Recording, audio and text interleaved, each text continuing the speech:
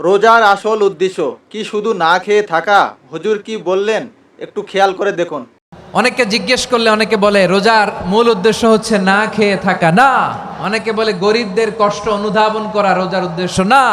রোজার উদ্দেশ্য কি, সিয়াম পালনের উদ্দেশ্য কি, এটা আল্লাহ তাআলা স্পষ্ট এই আয়াতের পেছনে বলেছেন যে লাআল্লাকুম তাত্তাকুন, যাতে করে তোমরা আল্লাহ সচেতন হতে পারো, আল্লাহ ভীতি তোমাদের মধ্যে গ্রো করে, গড কনসাসনেস, আল্লাহ কনসাসনেস, আল্লাহ সচেতনতা যেন বাড়ে, দ্য সেন্স অফ অ্যাকাউন্টেবিলিটি। আল্লাহর সুপ্রিম কোর্টের কাঠগড়া এ দুনিয়াতে আমি যাই করলাম তার সব কিছু যে পাই টু পাই হিসাব দিতে হবে, এই sense, to enhance the sense that what ever we do Allah is watching me. আপনি যাই করেন কেউ দেখে না, কিন্তু দেখে কে? এর নাম হচ্ছে লাআল্লাকুম তাত্তাকুন, যাতে করে তোমরা আল্লাহ সচেতন হতে পারো, আল্লাহ ভীরু হতে পারো। দুনিয়ার কেউ দেখে না, কিন্তু আল্লাহ দেখে। এটাই রোজার মূল শিক্ষা আমার প্রিয় ভাইরা, লাআল্লাকুম তাত্তাকুন। রমাদানের রোজা, ইফতারি, সিয়াম, ইবাদত সব কিছুর মধ্য দিয়ে আপনাকে খেয়াল করতে হবে যে লাআল্লাকুম তাত্তাকুন এই স্ট্যান্ডার্ড এটা অ্যাচিভ হচ্ছে কিনা আমাদের, যাতে করে তোমরা মুত্তাকি হতে পারো, আল্লাহ ভীরু হতে পারো। তাকওয়া, এটা হচ্ছে the essence of Islam. What is তাকওয়া? তাকওয়া মানে কি? তাকওয়ার সংজ্ঞা অনেকে অনেকভাবে দিয়েছেন। আমি সরাসরি সাহাবাদের কাছ থেকে একটা সংজ্ঞা আপনাদের শোনাচ্ছি।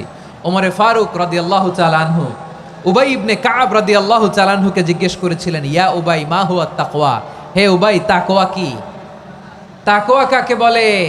উবাই ইবনে কাব তিনি প্রশ্নের উত্তর না দিয়ে উনিও আবার প্রশ্ন ছুড়লেন। তিনি বললেন, ইয়া আমিরাল মুমিনিন আমা সালাকতা তরিকান যা শাউক, আপনি কি কাঁটাযুক্ত রাস্তা দিয়ে মরুভূমিতে কখনো হেঁটেছেন? যে রাস্তার চারদিকে ক্যাকটাস, গুলমলতার কাঁটা, হেঁটেছেন?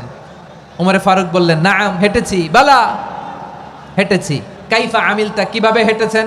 ওমরে ফারুক বললেন, শাম্মারতু ওয়াজতাহাত্তু, আমি আমার জামা, জুব্বা আর চাদর আটোসাটো করে গায়ের সাথে এমনভাবে মিলিয়ে রেখেছি, এমন সাবধানে হেঁটেছি যাতে করে মরুভূমির ক্যাকটাসের গুলমলতার কাঁটা আমার গায়ে বিঁধে না যায়। উবাই ইবনে কাব বললেন, ফাযালিকা হুয়া তাকওয়া, আরে তাহলে আপনি তো ঠিকই জানেন তাকওয়া মানে কি, এটাই তো তাকওয়া।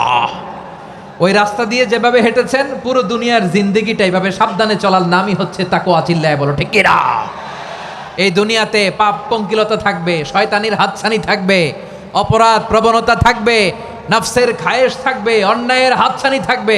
সব কিছুকে দোলে মুচড়ে পেছনে ফেলে সাবধান হয়ে এই দুনিয়ার সিরাতুল মুস্তাকিমের পথে চলতে হবে। যেই রাস্তা শুরু হয়েছে দুনিয়াতে শেষ হয়ে গিয়েছে আল্লাহর জান্নাতের ভেতরে। চিল্লায় বলেন ঠিক কিনা?